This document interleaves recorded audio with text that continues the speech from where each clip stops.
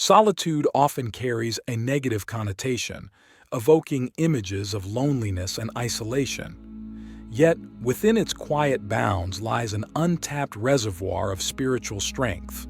When we embrace solitude, we invite a profound transformation of our inner world, converting what was once a space of silence into a sanctuary of self-discovery and empowerment. Let's begin by addressing our perception of solitude. In a world that celebrates connectivity and social interaction, the idea of being alone can seem daunting, even undesirable. We frequently fill our days with noise and distractions, avoiding moments of silence where we might be left alone with our thoughts. But it's in these moments that we can hear the whispers of our deepest self. To harness the power of solitude, we must first shift our mindset. Consider solitude as a state of being that we choose rather than a condition we endure. It's the difference between being lonely and being alone. One is a state of lack, the other, a state of presence. When we are alone, we are present with ourselves, and it is within this presence that the seeds of spiritual growth are sown. We can begin by creating a space for solitude in our lives. This doesn't necessarily mean retreating to a remote mountain or spending hours in meditation. It can be as simple as dedicating a few minutes each day to sit in quiet reflection or taking a solitary walk where we can attune to the rhythms of nature. The key is intentionality. When we create space for solitude with purpose, we set the stage for inner dialogue and discovery. Now, within the embrace of solitude, we encounter our thoughts and feelings in their most unadulterated form. It's an opportunity to listen sincerely to our inner narrative without the influence of external voices. What do we find in the quiet? Perhaps there are unresolved emotions, creative ideas, or questions about our path in life. Solitude offers us the chance to meet these aspects of ourselves with curiosity instead of judgment. One profound realization that may arise in solitude is the understanding of our interconnectedness. Counterintuitive though it may seem, in the depths of our alone time, we might discover that we are not as separate from the world as we feel. The spiritual paradox is that in solitude we can come to understand the unity of all things. The sense of separation is an illusion, and in the silence, that illusion can dissolve, leaving us with a sense of oneness with the universe. Click subscribe to this channel to get more profound spiritual lessons. However, to reach this understanding, we must be willing to engage with solitude. We must be willing to listen, to observe, and to feel deeply. This is where practical advice becomes essential. Start by engaging in activities that nourish your spirit and foster introspection. This could be journaling, where we can pour out our thoughts and feelings onto the page, or perhaps engaging in a creative pursuit like painting or music, which allows for self-expression beyond words. Would you be willing to confront the silence and listen to what it has to reveal? This question is not merely rhetorical, it is an invitation to courage. It takes bravery to face ourselves, to sit with our imperfections and our potential without turning away. Yet, it is only by doing so that we can turn solitude into a source of spiritual power. As solitude becomes a regular practice, you may notice a shift in your awareness. The external world, with all its demands and distractions, doesn't disappear, but it assumes a different role. You begin to see yourself as a witness to the external, rather than being entirely defined by it. This shift in perspective is liberating. It reminds us that while we participate in the physical world, we are not solely of it. Our spiritual essence remains untethered, free to explore the boundless realms of consciousness. In this first part, we have laid the foundation for turning solitude into a spiritual power. we have reframed solitude as a chosen state, created intentional space for it, engaged with our inner narrative, and begun to explore the interconnectedness of all things. As we proceed to the next part, consider how solitude has already influenced your life and how it might become a more conscious and empowering practice. The Solitary Voyage, unveiling the soul's landscape for spiritual empowerment. In solitude, the canvas of the mind is often laid bare, revealing the intricate patterns of our innermost thoughts and emotions.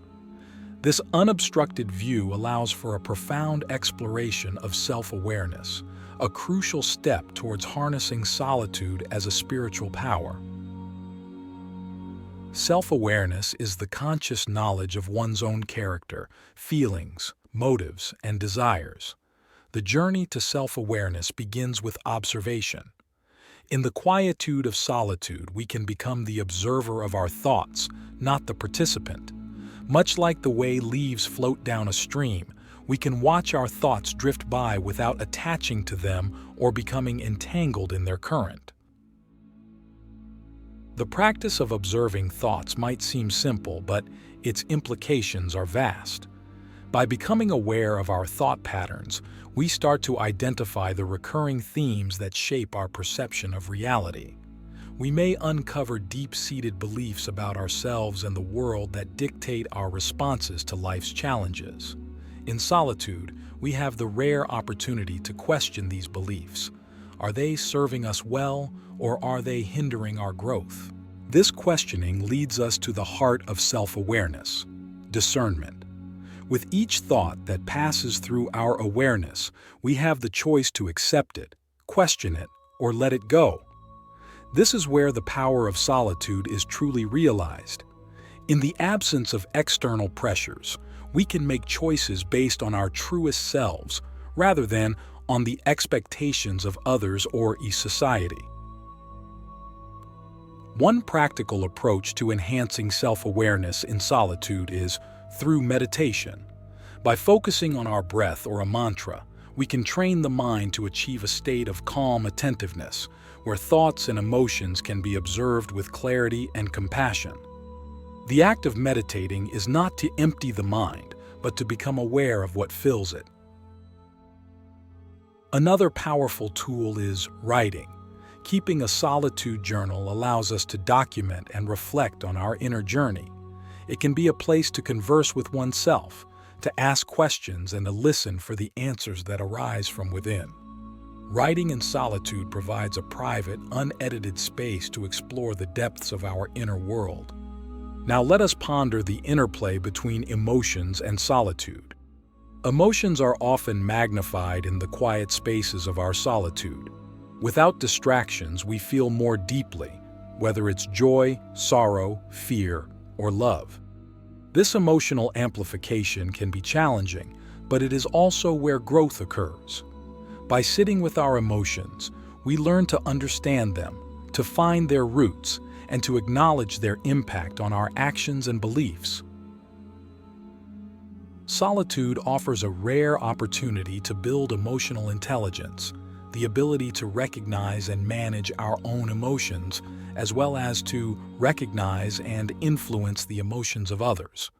Emotional intelligence begins with the self, and in solitude, we can cultivate it by asking questions like, what am I feeling right now? Why might I be feeling this way? How can I respond to this emotion in a manner that is aligned with my deepest values?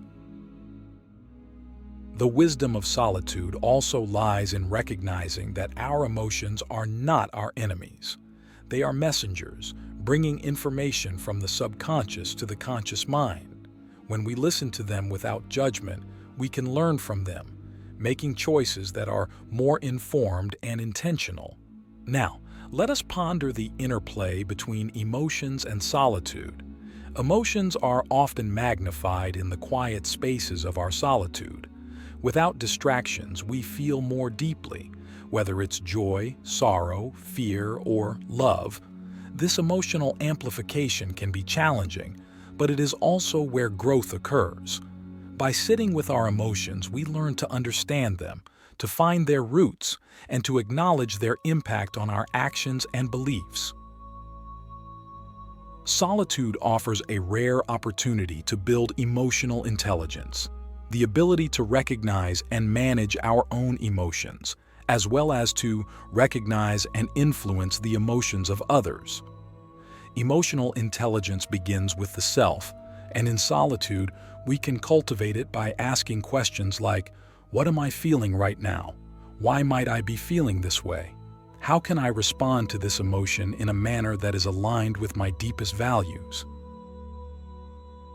The wisdom of solitude also lies in recognizing that our emotions are not our enemies.